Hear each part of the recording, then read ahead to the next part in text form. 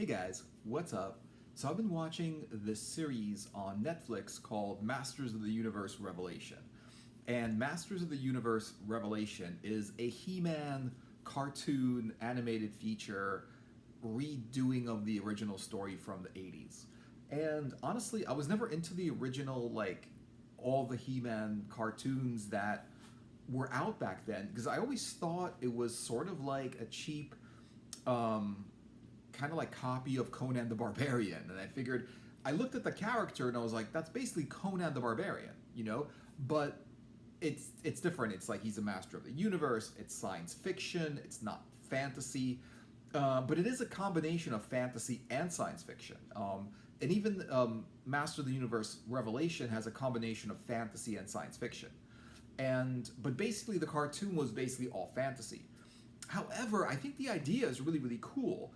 It's a big, like, muscular super dude with a sword, and he's got his, like, posse with him. He's got his people with him.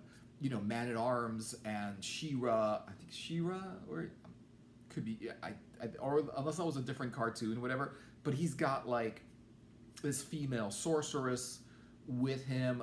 It's got this little, like, floating little dude, and he's got his battle cat, and he's fighting Skeletor, like this dude with a skull face, and Beast Man. He's like this like beast guy there, and he is, and it's actually pretty cool. And I really was thinking that it's pretty. I think like where for kids goes, cartoon goes. I think kids, especially I think boys will like it, because he's just such a powerful freaking hero and it's a lot of fighting in it. So I don't think like girls are particularly like that. I think like girls like girl cartoons, like I don't know, like My Little Pony or something like that.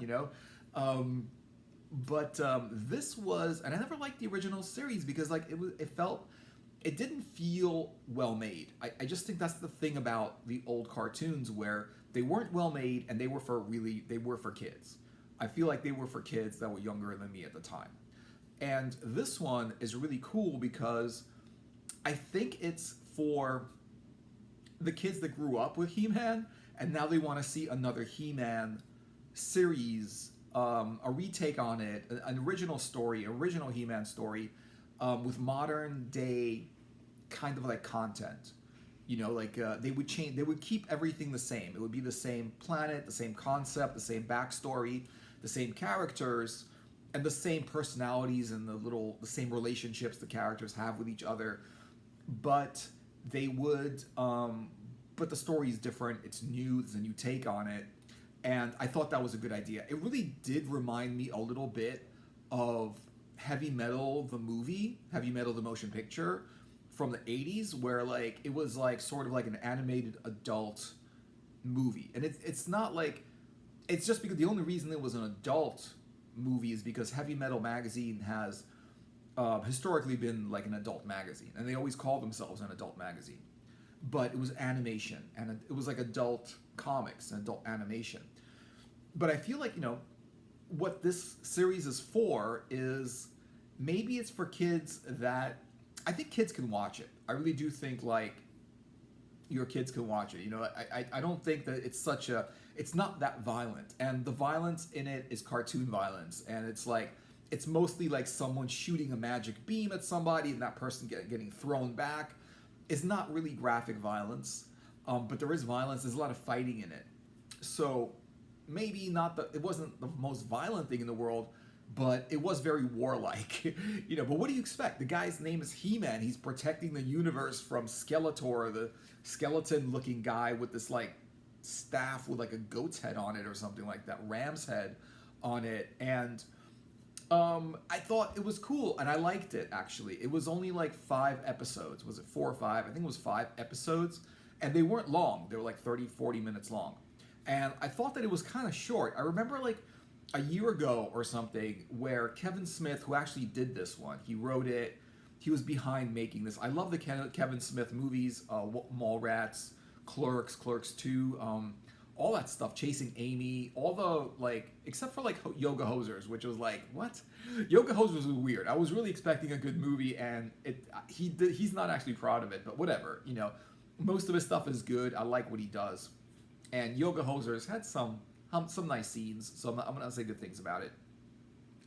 But it wasn't a Kevin Smith movie. So if you expect like one of those like quirky Kevin Smith comedies in this, it wasn't. But there was a little bit of the Kevin Smith story in it. You could tell, and it was also he was talking about his views on death through one of these characters, and I've heard him talking about that before, where he's got his views on death and things like that, you know, and that came through in some of the characters, like it came through in the writing, you know, but whatever, you know, I think he did a good job at it. I think it was an entertaining episode of He-Man and the Masters of the Universe, He-Man Revelation, but I don't know why it's called Revelation. But this is what I think about the series. Okay, the first thing that happens in the series, in the first episode, is that two of the main characters get completely removed from the series, which is kind of like, why is that? You know, kind of like a little bit shocking, because you would expect He-Man and Skeletor, the two main characters, the superhero and the supervillain, to actually be in the series. And they're not. They're in the first episode, and then they're in like the last episode. They're in like the later episodes.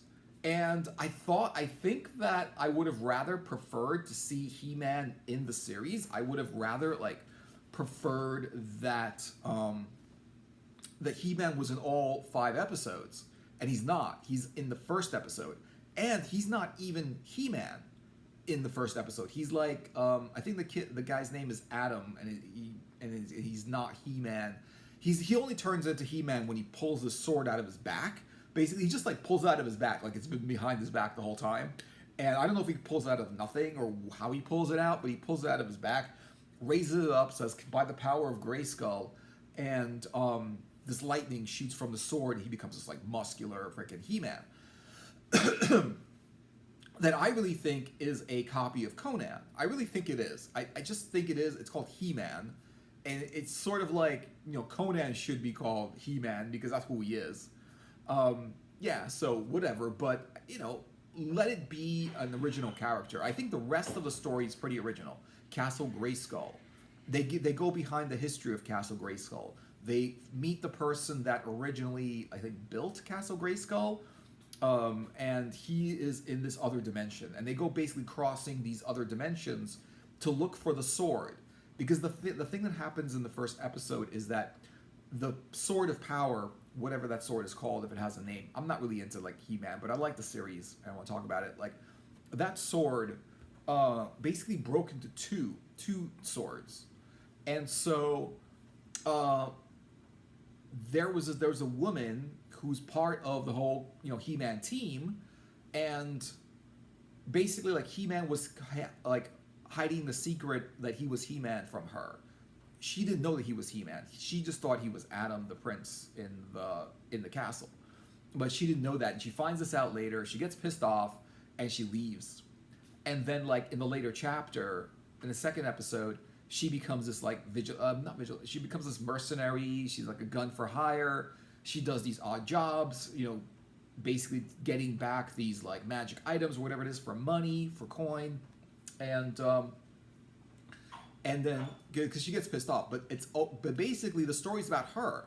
The story's about her and her trying to get the sword back, the two parts of the sword back, and getting her father, who is Man-at-Arms, to bring the sword together and recreate and reform the Sword of Power so that He-Man could regain the castle, could come back to the castle.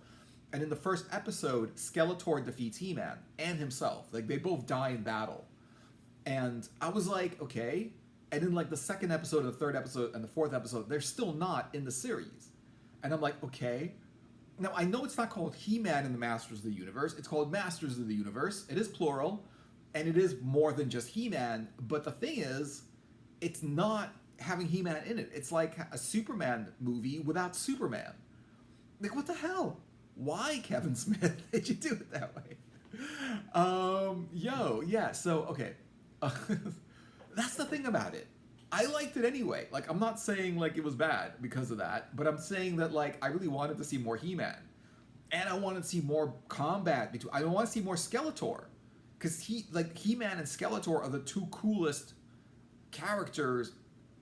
In addition to, I mean, besides the Battle Cat, Cringer, who turns into the Battle Cat, which is like Cringer's an awesome Battle Cat, and he rides his Battle Cat, and also what's his name? Skeletor rides also some kind of battle beast thing, and lives in Snake Mountain, and Snake Mountain is like Skeletor's domain, but he wants to conquer. What do you call it? Castle Grayskull, and then because it's a powerful place, and it's got like a lot of power, and if he can like conquer Castle Grayskull and own Castle Grayskull, he would have that power. So that's the thing about it, is that in the first episode, the two main characters, basically kill each other, and they die. They come back later because you can't kill Skeletor and He-Man because that's the story. It's not like, at the beginning of the story ends, and now let's tell a different story that's not the story that we're actually supposed to be telling. But okay, whatever. They did it that way.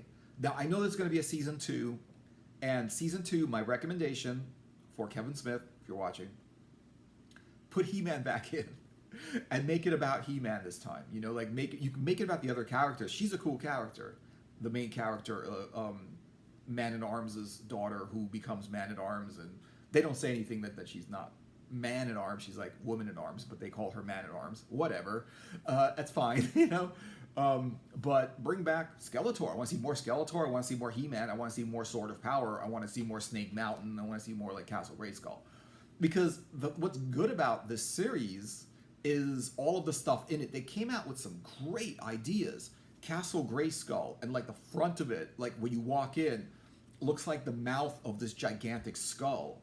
Snake Mountain is where Skeletor lives. He's like this dude with the face of a skeleton and like a hood and a scepter with like a ram's head on it, a magical scepter of power, and lives in the Snake Mountains. Got this gigantic snake coming out of the thing. That's cool.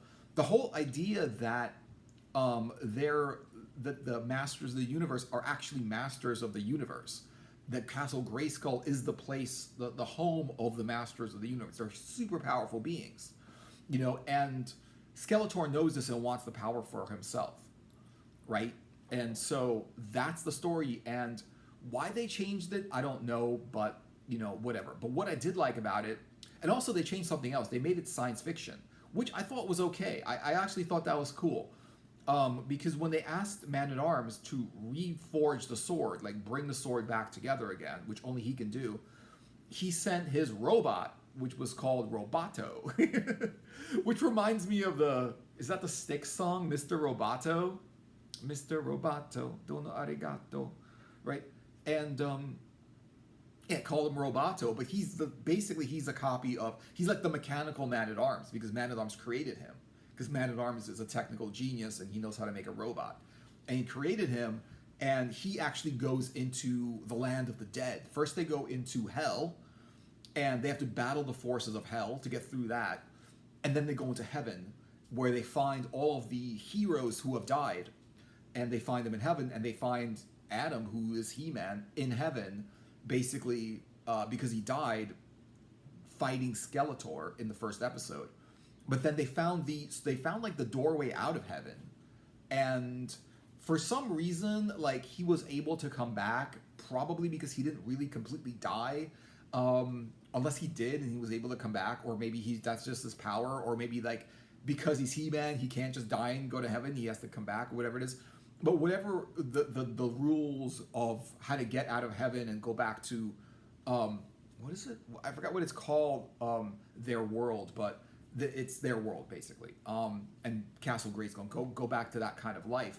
They were able to do that, and I think they were able to do that because they brought the two swords together and they created one super sword, and the sword, I guess, gives him the power to do pretty much whatever he wants, because he is the master of the universe, so I guess he has dominion over heaven and hell and life and death, and So that's kind of interesting. And so um it was about the sorceress, which was like Skeletor's like sort of minion, but not really. She's like Skeletor's companion.